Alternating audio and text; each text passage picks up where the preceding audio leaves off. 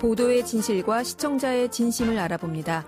YTN 뉴스 FM 열린 라디오 YTN, 저는 프로듀서 김양원입니다. 공수처법 개정안의 국회 통과, 그리고 윤석열 검찰총장에 대한 검사징계위원회까지 검찰개혁 이슈와 관련해 큰 사건들이 등장했던 한 주였습니다.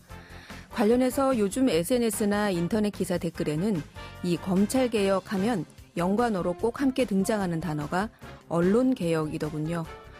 권력의 말을 그대로 옮기거나 카르텔이라고 불린 만큼 폐쇄적인 출입기자단 운영이 그 문제점으로 지적되고 있던데요. 오늘은 최근 뉴스 속에서 심심치 않게 등장하고 있는 이 출입기자단이 뭔지 자세히 이야기 나눠보겠습니다. 12월 12일 토요일 열린 라디오 YTN 바로 시작하죠.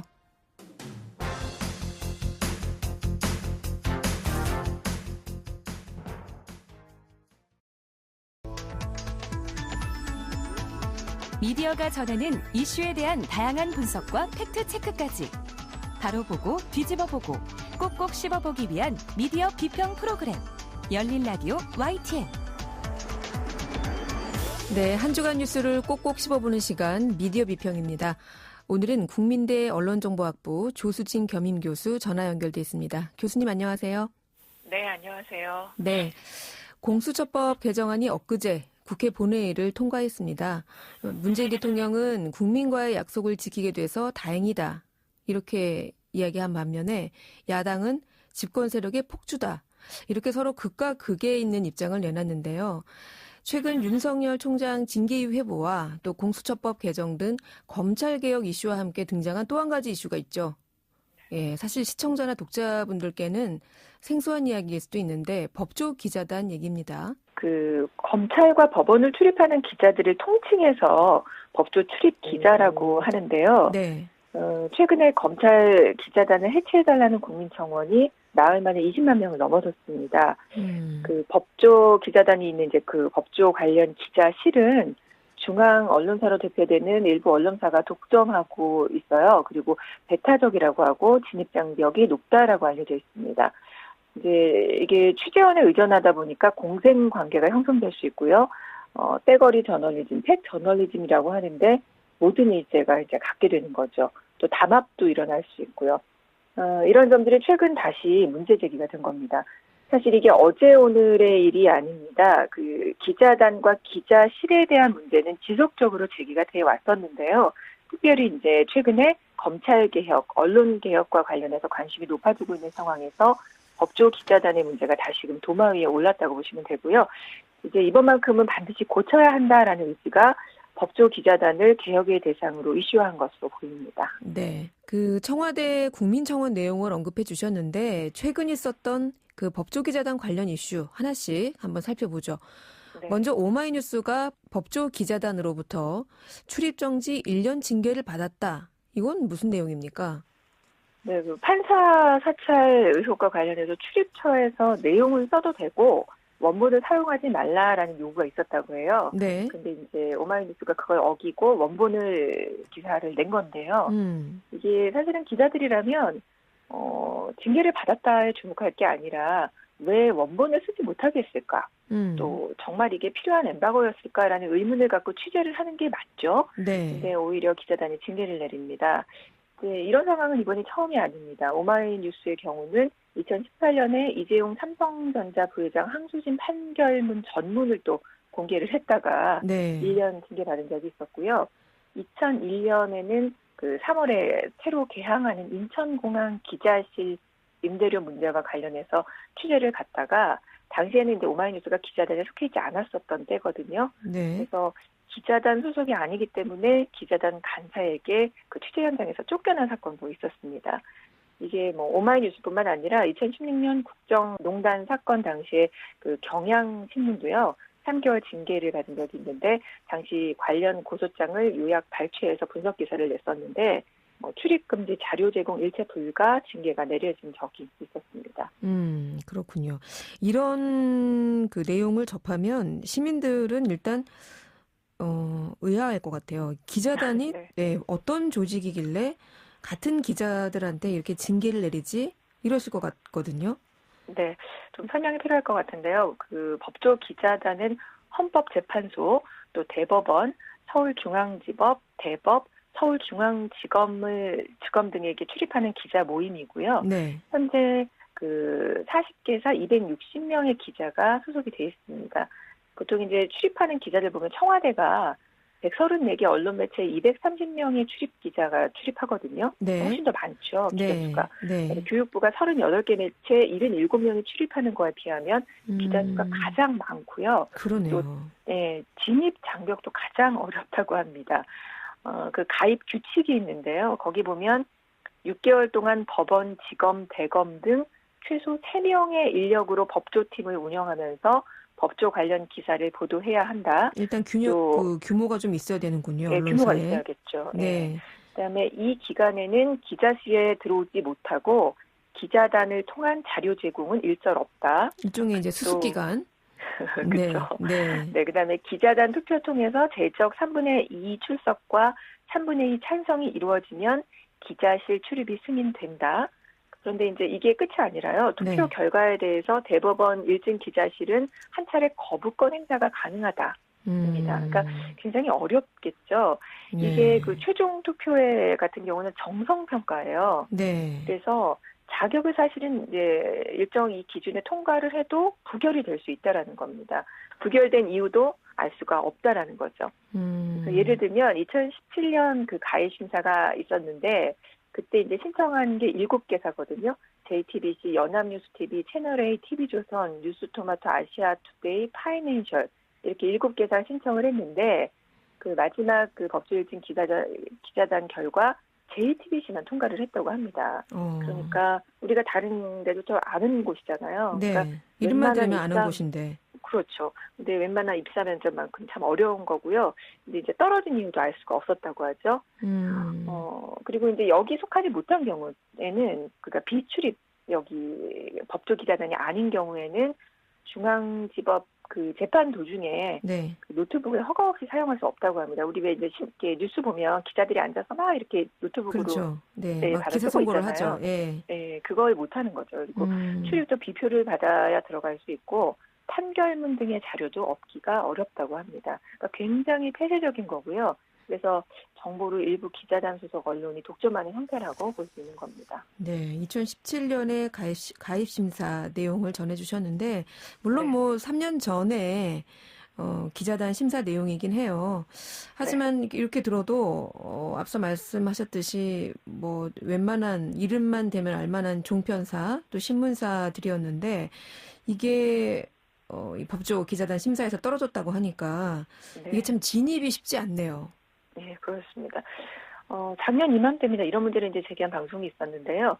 MBC PD수첩에서 검찰 기자단 편을 방송을 했습니다. 네. 아주 굉장히 자세하게 소개를 했는데 이제 방송이 되자 대법원 기자단이 성명을 내고 사과와 정정 보도를 요구하는 일이 있었습니다.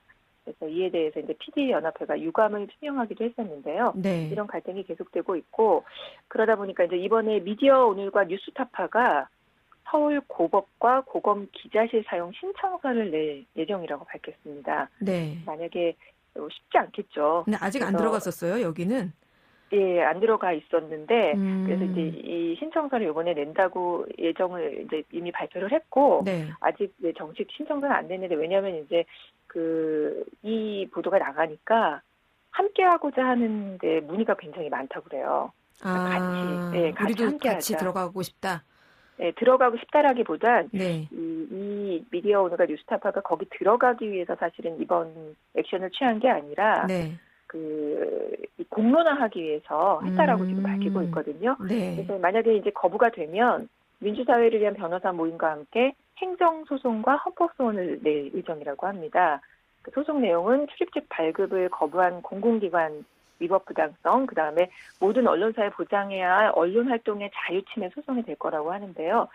그래서 이제 미디어 오늘과 뉴스타파 기자단이가 밝힌 거는 기자단의 폐해를 좀 공론화하고 법조 기자단의 관행 카르텔을 깨겠다라는 의미로 소송 준비를 한다고 밝히고 있습니다. 그래서 이것도 좀 지켜봐야 될 것 같습니다.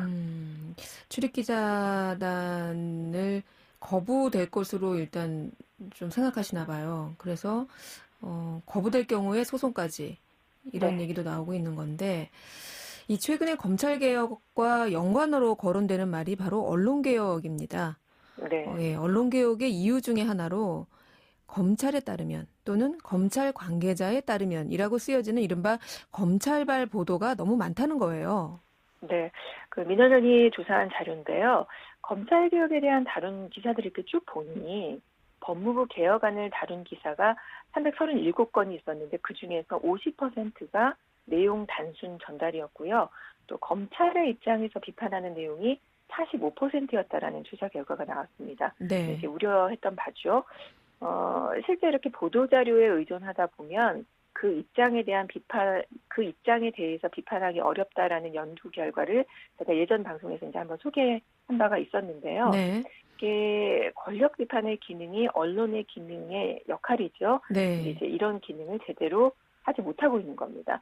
또 출입처의 정보를 독점하고 거기서 흘려주는 정보에 의존하다 보면 부적절한 관계가 되기 쉽겠죠.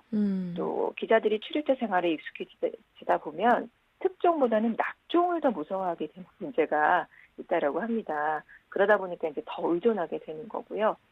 또 거기 출입하는 기자들끼리의 담합의 문제도 심각합니다.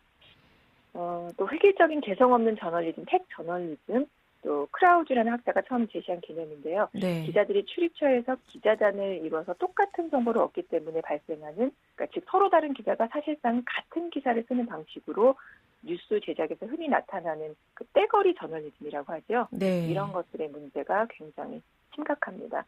그래서 출입처가 제시한 의제가 언론의 그냥 동일한 의제가 되기 때문에 다른 이슈가 사회적 의제가 될 가능성을 봉쇄하게 되는 거고요. 네. 그다음에 출입처가 사실상 그 의제를 장악하는 그런 꼴이 되는 겁니다. 그래서 출입처의 문제는 이제는 정말 좀 바꿔나가야 할 심각한 문제로 되고 있습니다.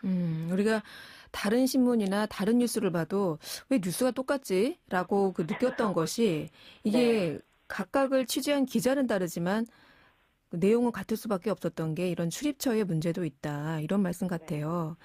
네. 그래서 한때는 이 출입처를 폐쇄하려는 시도도 있었지 않았습니까? 네. 네. 출입처가 우리나라에서 언제부터 시작된 거예요? 네. 이제 먼저 말씀하신 대로 노무현 정부 때 기자실 개방하고 브리핑제 시행했었잖아요. 네. 그래서 물론 이명박 정부 때 다시 되돌아왔지만 그 당시 언론과 갈등이 그래서 굉장히 심각했었죠. 네. 그런데 이제 여러 문제, 즉 관행이라든가 언론사 간 차별, 또 취재원 유착, 촌지수수 및 향응 등의 폐단을 개선시키는 역할에 상당한 영향을 미쳤다는 연구 결과도 있습니다. 이제 당시에 그 취재 접근권 제한에 대한 문제로 갈등이 굉장히 심각했었죠. 네. 이렇게 계속 문제가 반복되는 출입처는요. 그 1922년 일제 강점기 조선인 언론이 생기고 난 뒤부터 시작이 됩니다. 당시 이제 무명회, 철필, 구락부 등의 언론 단체 결성이 있었고요. 1922년 3월 31일 경제부 기자단이 구성한 간친회가 가장 먼저입니다. 그다음에 그 후 최신국 출입 기자와 관리들이 공동 구성한 광화구락부, 또 스포츠 기자들이 만든 운동기자 구락부 등이 있습니다. 이렇게 일제 강점기부터 형성된 기자단, 기자실 제도가 1950년대까지 큰 변화 없이 이렇게 쭉 이어져 왔고요. 네. 이후부터는 이제 우리 그 정권의 변화에 따라서 계속해서 이제 변화가 있어 오다가 이게 문제 제기가 된 게 이제 80년대 말 네. 언론사들이 다양해지면서 이 문제가 한국 언론사상 본격적으로 거론되기 시작한 겁니다. 그리고 90년대에는 권원 유착에 대한 개혁 요구가 일고 거기 기자단, 기자실 문제가 주요 이슈로 포함됩니다. 이게 현재까지도 계속되는 거고요. 이런 역사들을 이 시간에 자세히 다룰 수는 없지만은요. 언론 출입처로 인해서 생겨나는 문제는 상당히 오래된 일이고 이게 이제 80년대 이후부터 지속적으로 문제 제기가 있어 왔다라는 점은 분명합니다. 지금 이제 2020년인데 이제는 정말 이렇게 말로만이 아닌 또 이슈가 됐다 묻히는 게 아니라 정말 문제의 고리를 끊어야 할 때가 아닌가라는 생각이 듭니다. 개혁의 대상이 되어버린 출입 기자단의 문제가 해결되지 않으면 언론의 신뢰도 문제 역시 해결될 수 없기 때문이죠. 네, 이렇게 짧게 전해주셨는데 시대별로 이 출입 기자단이 어떤 변화가 있었던가 다음에 한번 시간이 되면 짚어봤으면 좋겠고요. 오늘 시간상 다루지 못했는데 이 출입 기자단을 개혁하자라는 문제 제기가 사실은 말씀하신 대로 언론의 신뢰도, 나아가서는 언론개혁의 첫 단추일 수도 있다는 이런 말씀까지 오늘 여기까지 들어야 될 것 같습니다. 오늘 말씀 감사합니다, 교수님. 네, 감사합니다. 네, 지금까지 조수진 국민대 언론정보학부 겸임교수였습니다.